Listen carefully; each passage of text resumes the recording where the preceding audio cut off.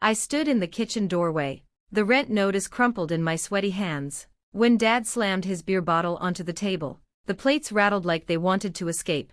"You're 25, Amelia," he barked, his voice cutting straight through me. "If you can't pay rent, maybe you belong out on the street with the rest of the trash." My stomach twisted, but I forced my voice to steady. "Dad, it's just this month. I've been working double shifts. His hand struck my face before I could finish. The sting lit my skin, but the laughter that followed burned even deeper. Mom leaned against the counter, wine glass in hand, smirking like she'd been waiting for this scene. "Pathetic," she said coolly, "always begging, always failing. We put everything into Mason because he has potential."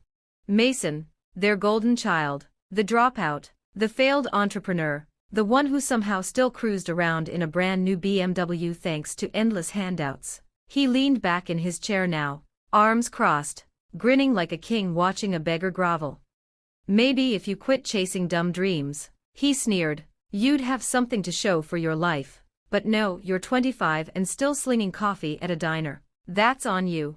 "I'm not chasing dreams," I snapped, the words tearing out before I could stop them. "I'm just trying to survive." Dad's fist came down faster than I could flinch. The floor slammed into me, copper flooding my mouth. "You don't raise your voice in my house," he roared. "You want money? Earn it. Trash learns quicker when it's hungry." Mom's chuckle floated down like poison. "Pack your things, Amelia. We've carried you long enough." Something inside me cracked then, not my jaw, not my ribs, but something deeper, something darker. That night, I stuffed everything I owned into one duffel bag. No goodbyes, no hugs, just silence. I walked out into the cold with $47 in my account, bruises blooming under my clothes, and a single promise whispering in my head: "I'll never beg them again, but I won't forget. One day, they'll regret calling me garbage." The first week, I slept in my car behind a 24-hour laundromat, clutching my duffel bag like it was the last piece of me left. 16-hour shifts at the diner followed, bruises throbbing beneath my sleeves, and every time I closed my eyes, I heard his voice, sharp and venomous: "Homeless garbage learns faster."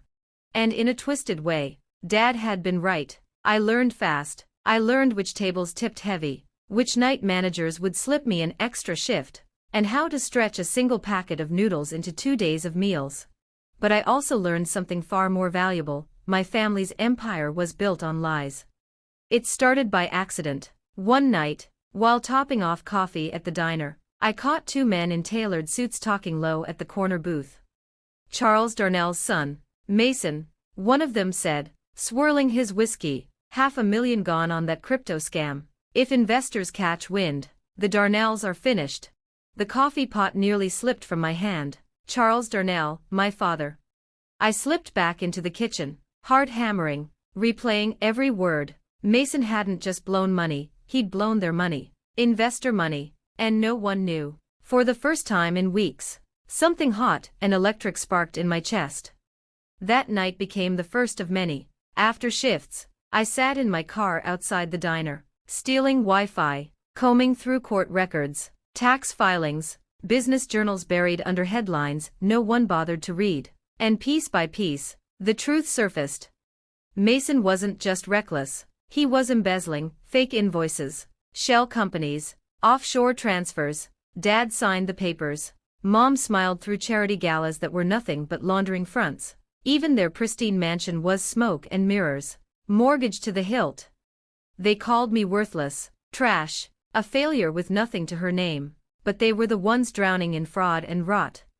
Still, revenge couldn't just mean exposing them. That would be too easy, too merciful. I wanted them to choke on desperation, to feel powerless the way they'd made me feel.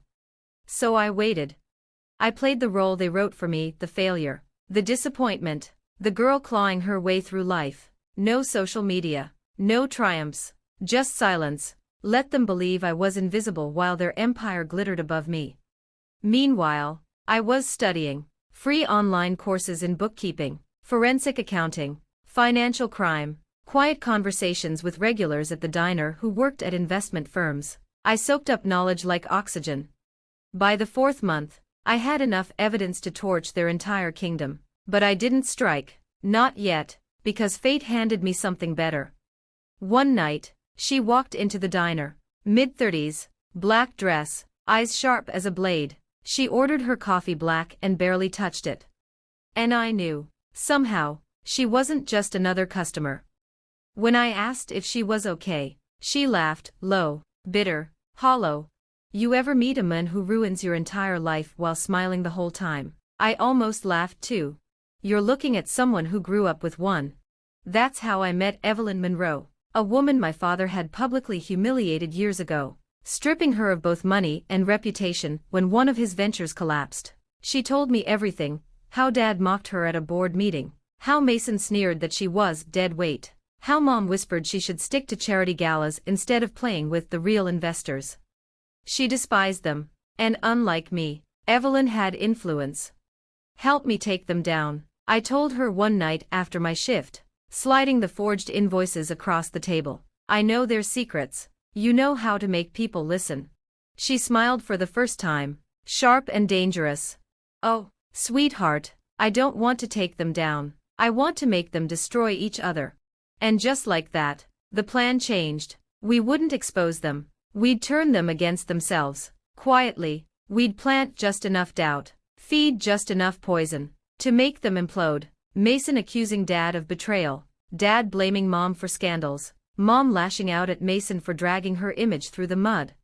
By the time the truth surfaced, their unity would be ashes, their empire would crumble from within. I wasn't the girl they beat anymore. I wasn't their trash. I was the fuse they didn't even know was burning. The night it all collapsed, I hadn't even planned on being there. That was the beauty of it, I didn't have to. 3 months of careful sparks, and the fire was finally catching. It started with Evelyn's move, an anonymous leak to one of Mason's biggest investors, a forged email proving Dad had stolen from the company's shared fund to cover Mason's gambling debts. Believable, because it wasn't entirely a lie. Within days, whispers turned to storms. Mason stormed into Dad's office, red-faced and screaming, "You sold me out to cover your own ass." Dad's roar shook the walls. "I didn't touch a dollar. You think I'll clean up your disasters forever?" Then Mom stepped in, slamming her glass down so hard it cracked. "This is your fault, Charles. I told you Mason wasn't ready for investor money. But no, you had to parade your golden boy while Amelia scrubbed tables like a servant." The name cut the air like a blade. "Amelia. Me." Mason froze, then snarled, venom dripping from every word. "Don't you dare talk about her. She's exactly where she belongs, begging strangers for scraps. Trash, just like you always said, Mom." And in that moment, something shifted. Evelyn's plan was working. They weren't just fighting, they were breaking. While they tore each other apart, I was miles away, listening to the fallout through carefully planted phone calls. Evelyn had slipped 2 of her allies into the room, investors who would call her the moment the family imploded. But that was only the beginning. A week later, Evelyn pulled the real trigger. She staged a surprise emergency investor summit and made sure each of them thought it was the other's idea. Mason was told Dad planned to scapegoat him. Dad was told Mason had arranged everything to cover his tracks. Then she invited everyone who mattered, board members, journalists, investors. I didn't step inside. Evelyn and I sat in the parking lot, sipping bad coffee, while the storm brewed above us. It began quietly, a slideshow of profits and family values, Dad's favorite lies. Then one of Evelyn's allies stood and asked, voice cutting through the room, "Mr. Darnell, can you explain these invoices? Why do company funds show transfers to a Cayman Islands account under your wife's name?" Silence. Mom blinked, turned to Dad, her voice a hiss. "What the hell is this?" Another investor rose, waving a printed email. "And Mason, did you really think no one would notice the offshore bets tied to this account? You gambled investor money." That was the spark. Dad lunged across the table, sending water crashing to the floor. Mason screamed back, calling him a thief. Mom shrieked that she'd been set up. Mason called her a washed-up socialite burning money on fake charities. And the room erupted. Their perfect facade, the one they'd beaten me into silence to protect, collapsed in front of flashing cameras. And all of it was recorded. By the end of the night, investors pulled out. The company collapsed in less than 2 weeks. Dad blamed Mason in the press. Mason sued Dad for fraud. Mom filed for divorce. But Evelyn had already leaked proof of her charity scams. The empire they built on cruelty crumbled, piece by piece. And me? I hadn't sent a single email. I hadn't spoken a word in public. But I wasn't silent either. 2 weeks later, I drove past what was left of their mansion. The gates were chained shut, the bank had seized it, and movers hauled away the heirlooms Mom once swore were untouchable. Dad was outside, screaming into a phone. Mason sat on the curb, head in his hands. Mom paced in circles, mascara streaking, muttering to herself. I stepped out of my car in my new uniform, a crisp suit from my job at a boutique investment firm. Evelyn had pulled strings, but I'd earned the seat. Dad saw me first, his face drained. "You," he spat. I smiled, slow and sharp. "Guess homeless garbage learns faster, huh?" For the first time in my life, he had nothing to say. I turned and walked away. I didn't need to linger. They were already living my revenge, every day stripped of power, respect, and each other. They thought I was worthless, but in the end, they destroyed themselves. All I ever did was strike the match.